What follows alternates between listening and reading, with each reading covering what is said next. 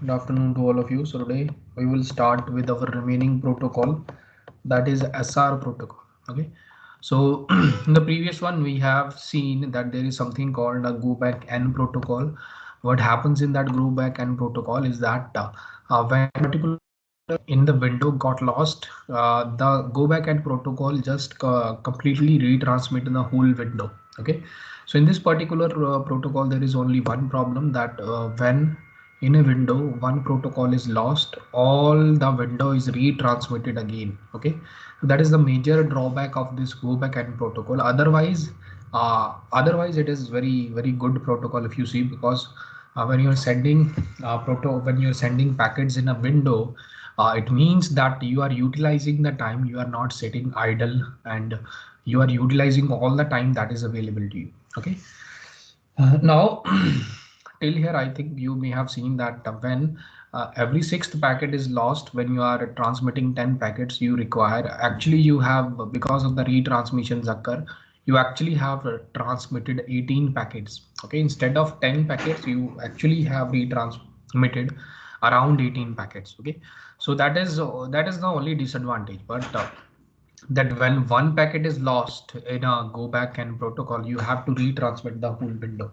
Okay, so now I'll there is a next another protocol that is called a selective repeat protocol. So it's a little bit whatever is the disadvantage of this go back N protocol, it improves on it. Okay, but before discussing this particular protocol, I just want to show you, I want to tell you about sequence numbers. Okay, so previously we have discussed about sequence number, if you remember, that how, what exactly be the sequence number in any kind of a protocol. So you may have seen that I told you that you try to get least amount of sequence number in every protocol. Okay, so how can you get least amount of protocols? I'll show you what is the what you call that the window size.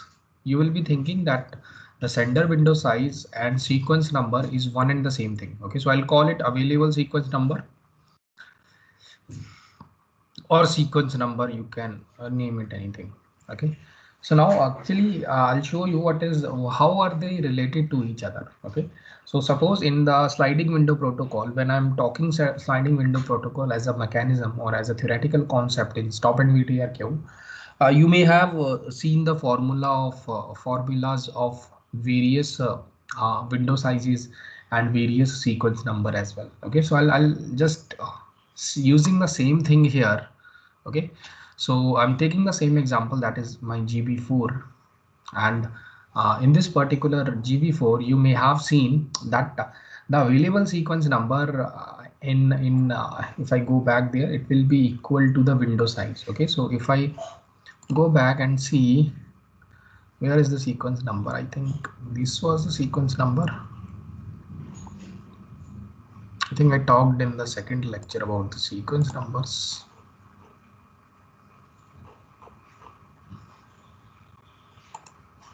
Okay, so these are the sequence number. Okay, so you may have seen that in stop and wait the sequence number is 1 plus 2a.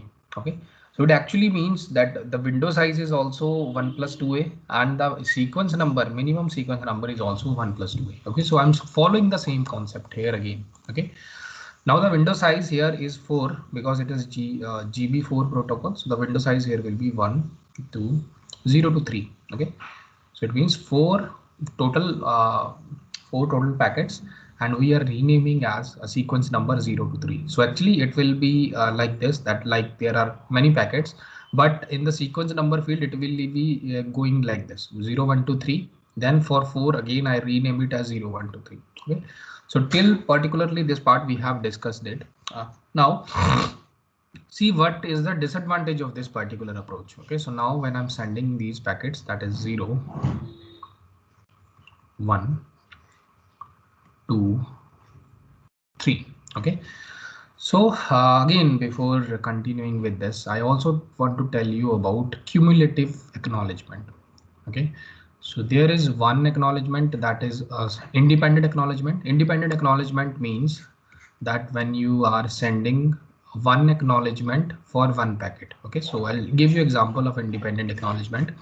So suppose this is the packet, your packet get there and you send the acknowledgement of this packet. Okay. So for one particular packet, there is one acknowledgement. That particular acknowledgement is referred to as your independent acknowledgement. Okay. So in cumulative acknowledgement, it means that you can send more than one packet. Suppose I send 0, 1, 2. Now I will send the acknowledgement as 3. Okay, so this particular 3 is indicating that I have received the first 3 packets. Okay, so this particular acknowledgement is referred to as a cumulative. Cumulative means that whatever you are sending the acknowledgement at once of more than one packet. Okay, so how can you employ? So this is again a theoretical concept. How can you properly implement this cumulative acknowledgement? So first of all, you can implement it that every 4 packet or every 5 packet you say that I will, after receiving every 3 packets, I will send the cumulative acknowledgement. That will be a good implementation. Another implementation is acknowledgement timer. Okay. So acknowledgement timer. So now what this timer is, when you're sending acknowledgement, when you send the first packet, when from the first packet, there is some acknowledgement timer starts from this side. There will be a timeout timer start from this side. Okay. So in this timer, where the suppose there are 3 packets that are there in this particular timer. So I'm calling this as acknowledgement timer. Okay, so when this timer finished, you send the acknowledgement of these 3 packets. Okay, so now this is a better way to implement this cumulative acknowledgement part. Okay, so you can you can implement this cumulative acknowledgement by using a acknowledgement timer. So you set a timer on the acknowledgement. Now you will be thinking that how bigger should be the acknowledgement timer. Suppose first of all, the acknowledgement timer should not be very small, should not be very small. Okay, so it is, if it is very small, if it will behave like a independent acknowledgement. Okay, so if it is only like that much, okay, so in that much amount of time only one particular packet is received, it will send the packet back. Okay, so acknowledgement timer should not be very small and it should not be very large. Okay, so it will be just optimal. I think it should be less than this timeout timer. Okay, so the timeout timer on the sender side should be greater than the acknowledgement timer on the receiver side. Now why? Suppose if your acknowledgement timer is greater than the timeout timer on the sender side, now what will happen? Now you will not send the acknowledgement till this point. Now when the timeout timer from this side get finished, you will send the packet again. Now if this is a go backend protocol, you will send the whole packet again, so whole window again. So that is the problem. So that is why when you're implementing cumulative acknowledgement, keep in mind your timeout timer should be greater than the acknowledgement timer. It means that your acknowledgement timer should be smaller than the timeout timer, such that so that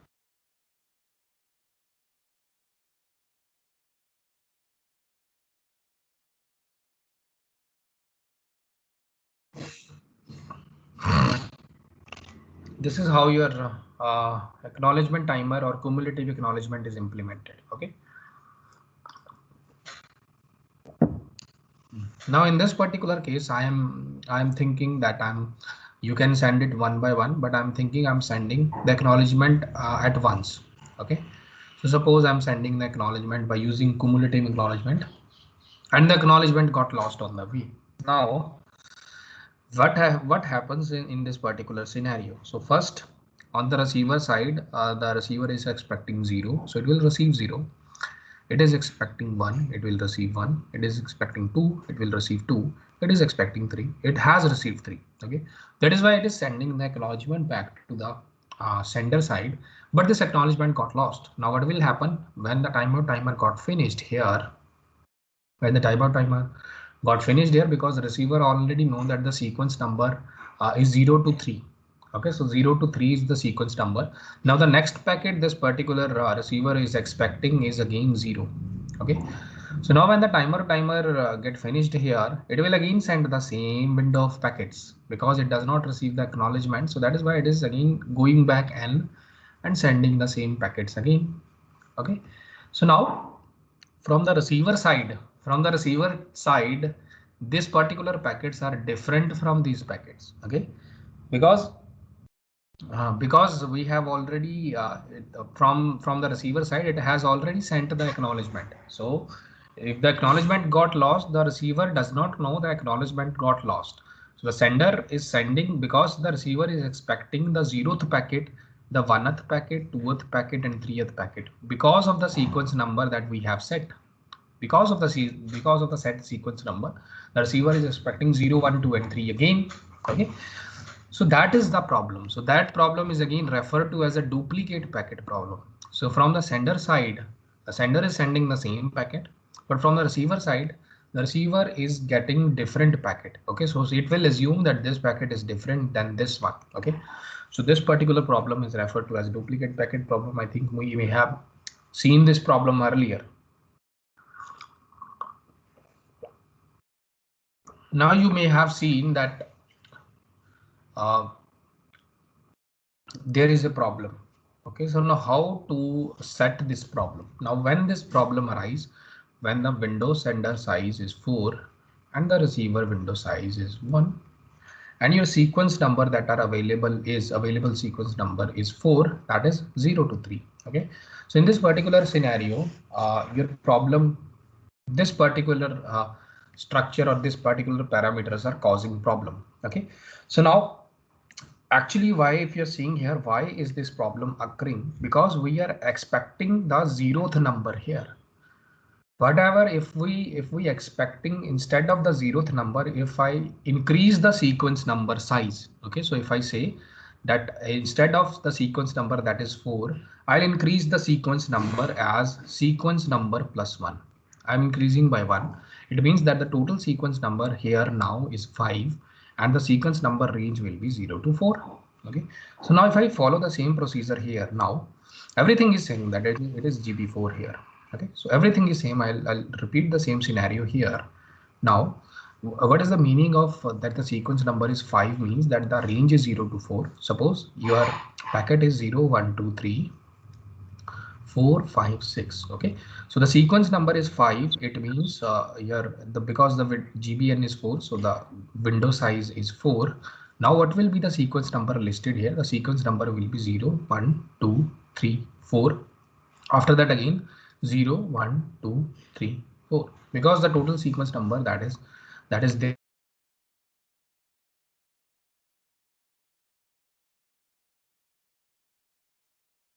Now this particular receiver window side,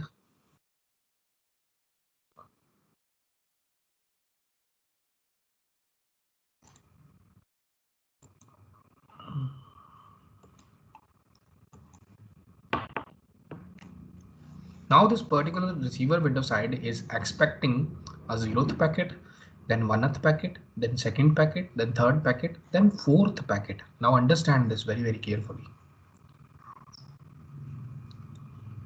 Now when you send the same procedure, I'm repeating because it will transmit the window. So it will transmit the window. Now suppose what will happen now? Suppose it is lost. Okay, so it got 1, 2, 0, 1, 2, and 3, but now it is expecting the sequence number 4th packet.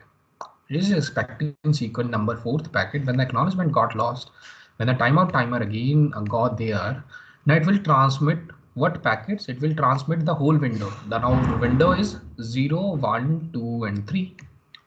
Now the receiver is expecting a packet that has a sequence number 4, but it is getting the sequence number 0, 1, 2, and 3. Okay, so now the receiver will understand that my acknowledgement got lost. That is why the sender is sending me the same packet again. So now what it do? It will silently discard these packet, but it will send the acknowledgement to the sender. Okay, so that same task it will do.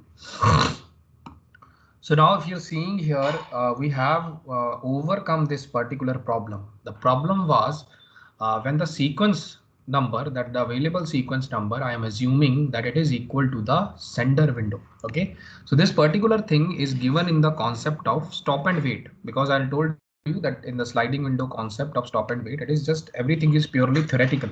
Okay, so now if you increase the size of the if you increase the sequence number size by 1, whatever is the sender window, you can get rid of this problem. Now what exactly I mean by this? Okay, so now you understand when your available sequence number is equal to the sender window size, there is a problem. Okay, the problem is duplicate packet.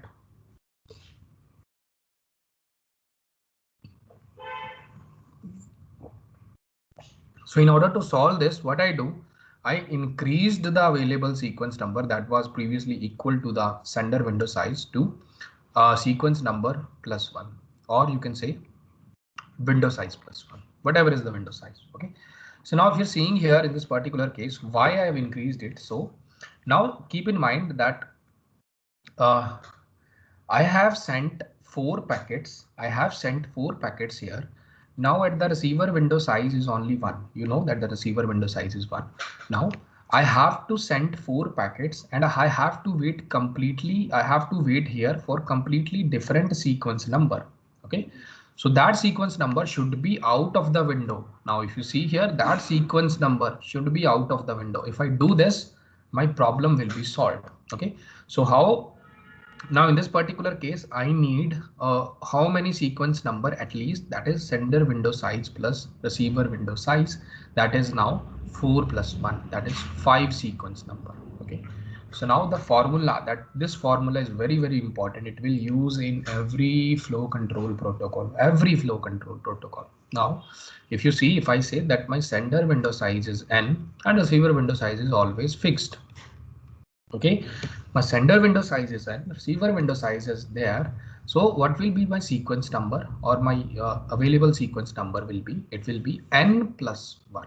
It will be n, and you are sending the n packet, you are sending n packets from the sender side, and you are waiting for completely 1 out of the window packet. So that is why this particular 1 is added from this side. Okay, so if I generalize, this formula will be the sender window size and the receiver's window size. If I add it, it should be less than equal to the available sequence numbers. Okay, so this is one of the most important formula that you may ever see in flow control mechanism. It is not applicable to only GVN.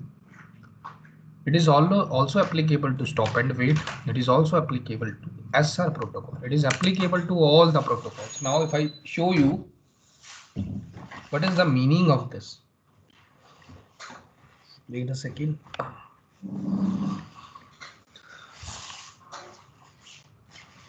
Now what is the meaning of this one? If I talk this particular formula in stop and wait. Okay, so you already know what is in stop and wait. Stop and wait, the sender window size is 1 and the receiver window size is also 1. Okay, so it should be less than or equal to available sequence number means 1 plus 1 2. So it should be the sequence number should be 2, or it can be greater than 2. So what is the meaning of this? So now this is your stop and wait protocol. Now in this protocol you will see the window size here is 1, because you already know in stop and wait the window size is 1. So available sequence number means that the range will be 0 to 1. Okay, so available sequence number here means that the range will be. Now this is your 0th packet. This is your out of window packet. This is your out of window packet. Okay, so when you send this, it only has a 1 window. So it is now it is expecting the sequence number 1. Okay, so it is expecting the sequence number 1.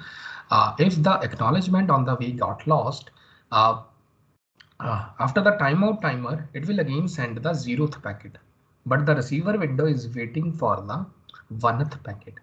So that is why the available sequence number in case of stop and wait protocol is again whatever is the sender window size plus whatever is the receiver window size. It should be at least this much amount of size. The available sequence number will be at least. Okay, so it can be it should be 2, but you can if there are 3 sequence number, no problem. 4 sequence number, 5 sequence number, 6 sequence number is also fine. There is no problem in that, but maximum utilization or maximum efficiency you will get at this particular number. So that is why I'm saying that the available sequence number should be greater than or equal to the sender window size plus the receiver window size. Okay, so now if I show you in a different way, so if I conclude this everything,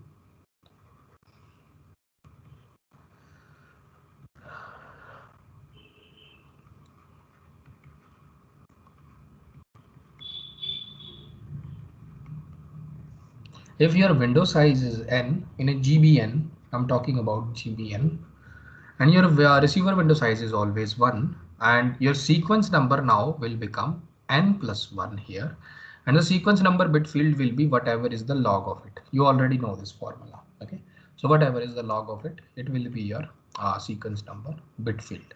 Okay, so now you see,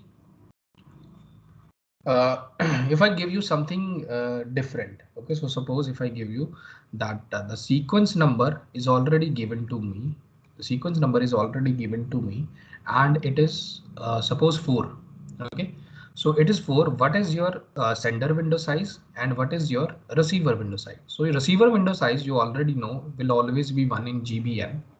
And what is your sender window size will be in this particular case when the sequence number is 4. Okay, so you go back towards this formula, that this is the most useful formula here. Okay, that is less than equal to your sequence number. So sequence number is given as 4.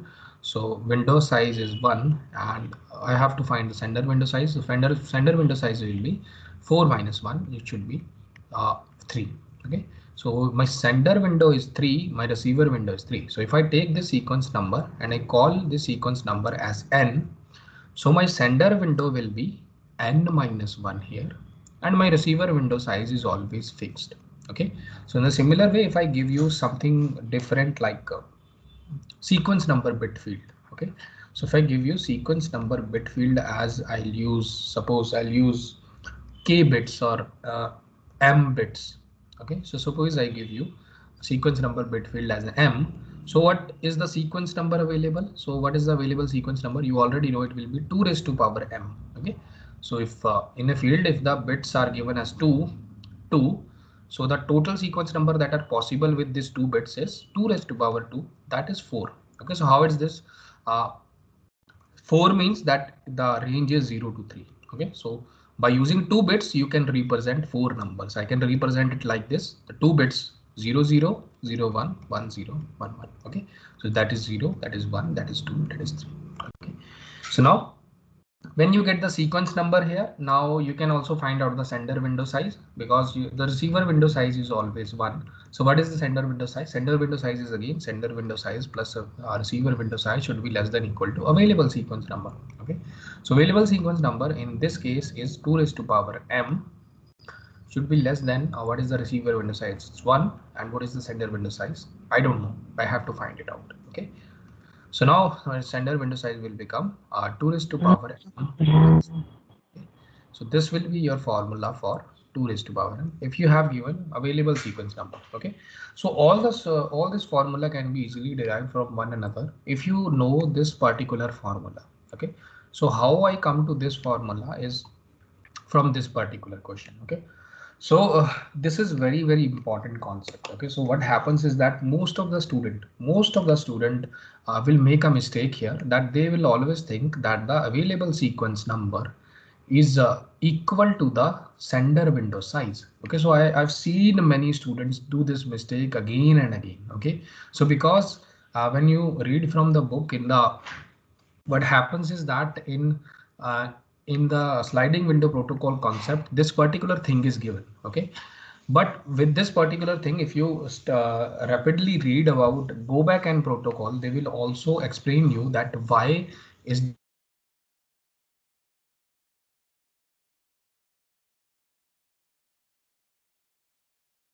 examination or any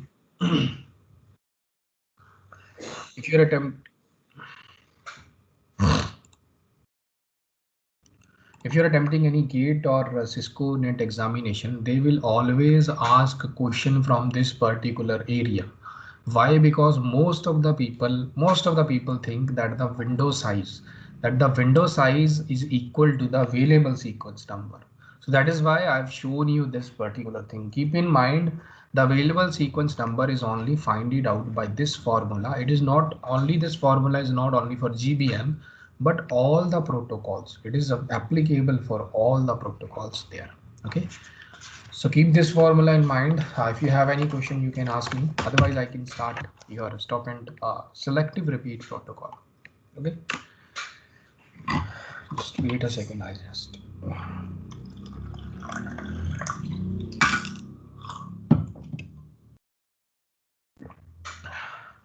Okay. So just let me share you the selective repeat protocol. Okay. So you may have seen in GBN there is only one problem. The one problem is of retransmissions. You may have seen that there are many problems in GBN because of this particular problem. So GBN is very good protocol. It encourage parallelism as well as pipelining, but there is only one problem in that is retransmission. So if you see what happens, that suppose if in a window 0 1 2 3, suppose 0 1 is lost. Okay, so if 1 is lost, everything that is coming after it, will also be lost. Okay, so again I have to go back and retransmit the whole window at the timeout timer. Okay, so GBN encourages, I'd say encourages more retransmission than required. So now what selective repeat protocol do? Selective repeat protocol, suppose if your this particular packet is lost, selective repeat protocol selectively only repeat that protocol, that packet that is lost. Okay, so instead of sending the whole window, when your packet is lost, instead of sending the whole window, it will only send the same packet that is lost there. Okay, so it will only send the packet that is lost. Now it will store these two packets as well. Okay, so I'll show you how. Okay, so now selective, it is the implementation of go back N. The main features are this one, the point one. The sender window size is equal to the receiver window size. Now with this, what is happening now? If suppose this is the scenario and this is the sender window size, on the receiver window size it's also 0 1 2 3. Okay, so because it is equal to this one, so if the first packet got lost, suppose it got lost, what it will do, it will not discard the other packets because it has a buffer. It has a buffer to store the arriving packets. So it can easily store these packets as 1 2 3. Now it will only send, it will not send the acknowledgement of this particular packet, that is 0. After the timeout timer, the sender can easily send the 0 packet, and because receiver has a space, it is patiently waiting for this packet, and when it comes, it will put it here. So that is the advantage of your SNR selectively repeat protocol, because it is selectively repeating only that packet that got failed.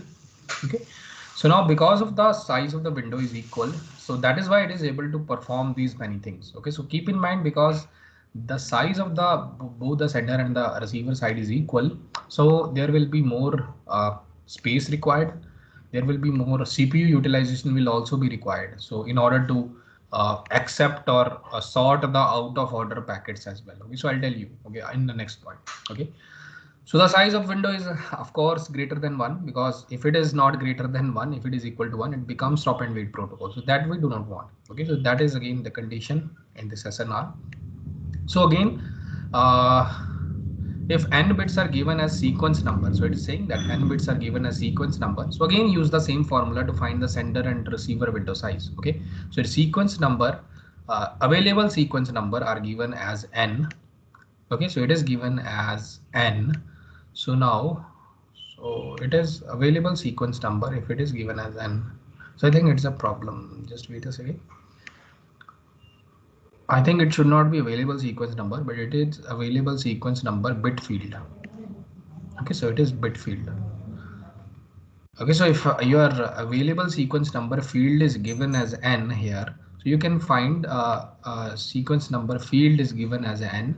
So what are the available sequence number from this? It will be 2 raised to power n. Okay, so because you always do 2 raised to power n. Now what is the formula? It is sender window size plus receiver window size should be always less than or equal to available sequence number. Okay, so what are available sequence number in this case? It is 2 raised to power n.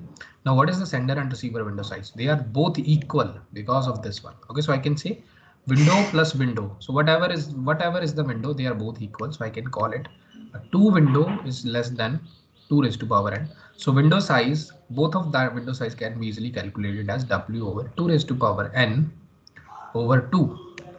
Okay, so because the bases are same and it is dividing, so you can subtract the powers here. So it is 2 raised to power n minus 1. Okay, so again there is no need to remember this formula, just remember this particular formula. Again, you do not need to remember it. I already shown you how this particular formula is derived here. Okay, so why we are adding sender window size and receiver window size, the available sequence number, because if the in this particular prop previously, that if the sender window size is 4, I need one extra sequence number so that I can differentiate it. Okay, so I have to wait for extra sequence number that is not there in the window. So that is why I've put in this 4 plus 1. Okay, so that is how this formula come into existence. Okay. Second point is SR protocol always use independent acknowledgement. So keep in mind SR will always use independent acknowledgement. It will not use cumulative acknowledgement. Okay, so why it does not use cumulative acknowledgement? Because in SR protocol, if you have seen, suppose you are sending the whole window, that is 0, 1, 2, and 3. When you're sending the whole window, suppose the first packet got lost. Okay, so first, second, third packet now you are receiving. Now because of the receiver window size, you will leave the 0th part empty, but 0, 1, 2, 3 will be there. So you are receiving this part. Okay, so if you are sending the cumulative acknowledgement, you will send 4. Okay, so if you send 4, it particularly means that you have received 4 packets, but actually it is not the case because the 0th packet is lost. So that is why we do not use cumulative acknowledgement in this case. So independent acknowledgement. So if you have lost it, the other acknowledgement will be again given to all of the towards the center. So that is why we only use independent acknowledgement in case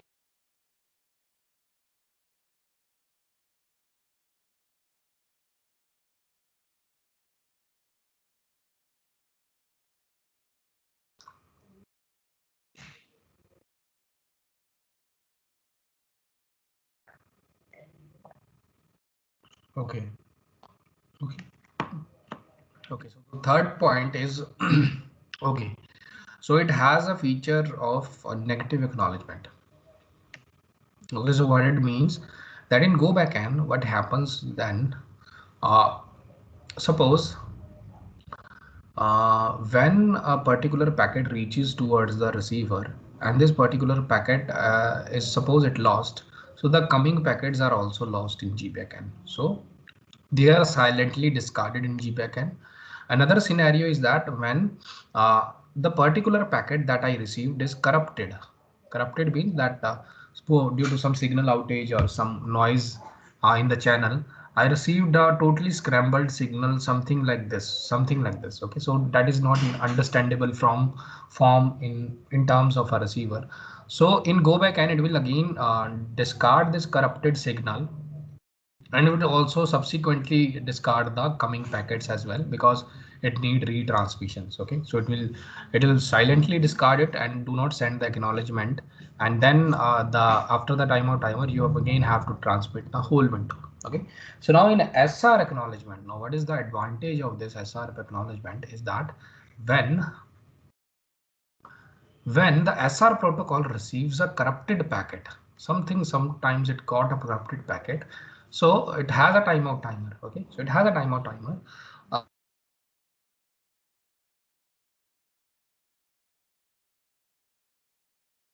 Negative acknowledgement. Okay, so negative acknowledgement in this case means that I have received the packet, but it got corrupted. Okay, so that is why it is sending the negative acknowledgement, and that too before the timeout timer, and then it will again send the same packet. Okay, so now what is the advantage of it? that uh, because of the negative acknowledgement, you do not have to wait for this much long. Okay, so you do not have to wait for the timer to expire. You can directly send the packet again. So waiting for the timer to expire. Okay, that is the advantage of SR protocol. Only in SR protocol negative acknowledgement is available. Okay, so if receivers receives a frame that is corrupted, then it does not silently discard the frame. Receivers handle the situation by efficiently sending a negative acknowledgement.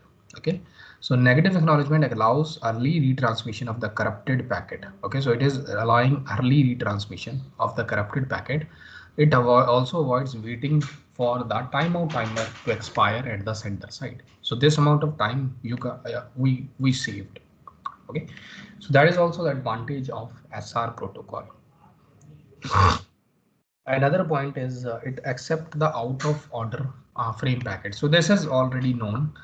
So because if suppose the 0th packet got lost, you can easily accept the out of order, that is 1, 2 and 3 packet easily. So if you do not got 0, you do not discard the coming packets, you can accept it. So there is no problem. So that is also the feature of SR protocol. Okay, so consider the receiver receives a frame, moves out of sequence number, and the receiver is not expecting it, but it does not discard that frame, accept it and keep this particular frame in the window. Okay, another example, another advantage of this, it is requires sorting at the receiver side. Okay, so because it accept out of order packets, it has to sort the packets as well. So it can receive firstly 0, it can be discarded. Suppose the window is like something like this, then firstly this particular packet got lost, this particular packet got lost, so it only receives 0 and 2. Okay, so it will again wait for the retransmission of these two packets, so it will be 1 and 3. So the order will be 0 2, actually 1 and 3, that the receiving order will be. Okay, so it has to sort through it again.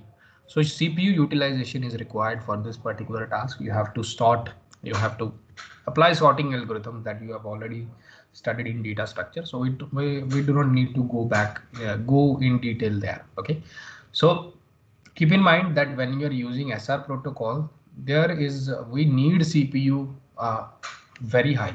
The CPU utilization or CPU resources are used is very high because I have to perform sorting here. So if I'm performing sorting here, so I have to use some processing power. Okay, in the similar way, you also have to do searching also, because searching and sorting is one and the same thing. You have to search for a particular packet and then put the particular packet in its place.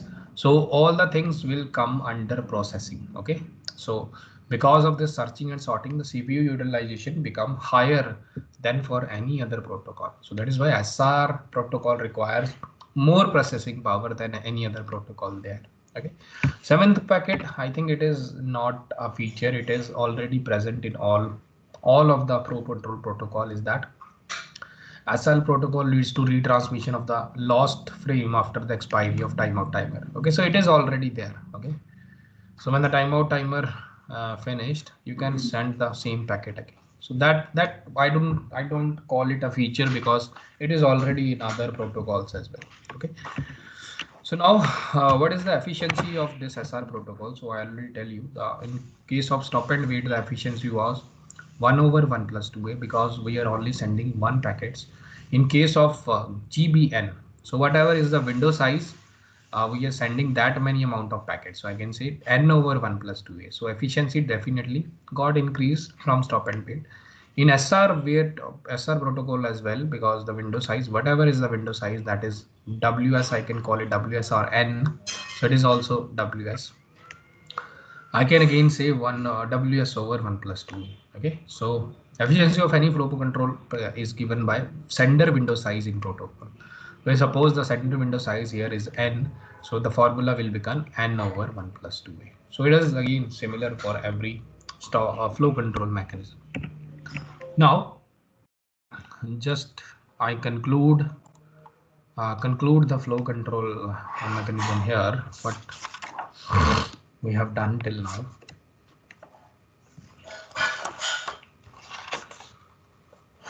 So efficiency. terms of efficiency, your stop and wait, GBN and SR. So I think we have seen the efficiency right now. It will be 1 over 1 plus 2a, window size over 1 plus 2a, window size here over 1 plus 2a. There is no problem in that. Okay. Another thing is your windows, total windows or buffers that is required. Okay, total window size. Okay, so from sender size, the window here is 1. From the receiver side, the window here is always also 1. Okay, so the total window size is here is total 2. From GBN, the window size is n from this side and 1 from the receiver side. From SR, it is n and n. So if you're seeing here, the this particular SR protocol requires more space than any other algorithm, more space. Okay, so the least space that is required by any algorithm, that is your stop and wait, it only requires 2 units. Okay, so GBN also required it requires moderate space, not more, not less, keep in mind. Okay, another thing is your, I'll say, available sequence number. Okay, so in this particular case, available sequence number is again can easily be find it out. So I'll say minimum available sequence number. Okay, so why when I say minimum, the formula will become WS plus WR equal to available sequence number. So when I'm calling minimum, okay, so again I'm tell you the it should be greater than equal to, but if you use equal to, it is the minimum sequence number that you can use. Okay, so you can use more than that, there is no problem, but always try to use the equal one, because it will have the it will generate the most utilization. Okay, so here the available sequence number is sender window size plus receiver window size, that is 1 plus 1 again, that is 2. Here it will be n plus 1 again, sender window size plus receiver window size, and here it will be n plus 1. Okay, if you see here, more sequence number is required in this particular scenario, moderate is required in this scenario, and very less is required in this scenario, that is only 2. Okay, so now retransmissions, if I'm calling about retransmission, so if my packet is lost, I will only retransmit that packet, so there is no problem in that. If my packet is lost, I will have to transmit the whole window. Okay, if my packet is lost, I will only have to transmit that packet, retransmit that packet. Okay, so we are seeing here the retransmission in this case is very high, this is very less, this is very less. So that is why SR has some advantages as well. Okay, so if you're seeing here, it requires more space, it requires more sequence number, but it requires less retransmissions. Okay,